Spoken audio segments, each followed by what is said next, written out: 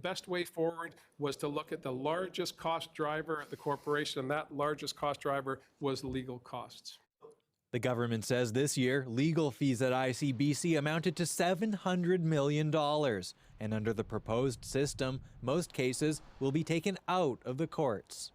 The province says premiums will go down by 20%, an average of $400 per driver. Those who buy optional third-party coverage will see the biggest savings, and the government says benefits will go way up. Care and treatment benefits will be 24 times higher, up at least $7.5 million. Wage loss coverage will be 60% higher than today. And there will be new benefits for students and caregivers to replace lump sum settlements awarded through lawsuits. Fault matters. Still, it's not, you can't run into someone without consequences. Your rates will go up. If you are found criminally responsible or criminally negligent, you can be sued.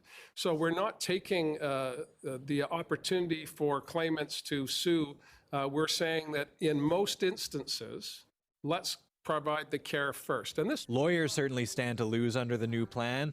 Rather than using the courts, claimants will have to find recourse through the Civil Resolution Tribunal, the BC Ombudsperson, or a new ICBC Fairness Officer, yet to be appointed.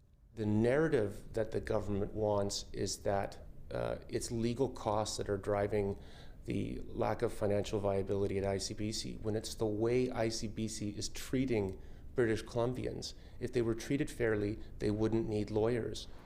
The system is based on that used in Saskatchewan and Manitoba. It still needs to pass the legislature and wouldn't come into effect before May of next year. And this looks like a government that is lurching from one solution to another. It's an overhaul that could very well end up in the courts if it's challenged. This will be challenged. I expect the components of it will be challenged on any number of constitutional arguments, but I can also tell you that this is a system that's in place and has been operating for many years in other provinces, has been challenged in those provinces and has withstood those challenges. And it's a major change, but the government says major change is needed to fix the corporation that's been losing billions of dollars. And it says accident victims and ratepayers stand to benefit. Rafferty Baker, CBC News, Vancouver.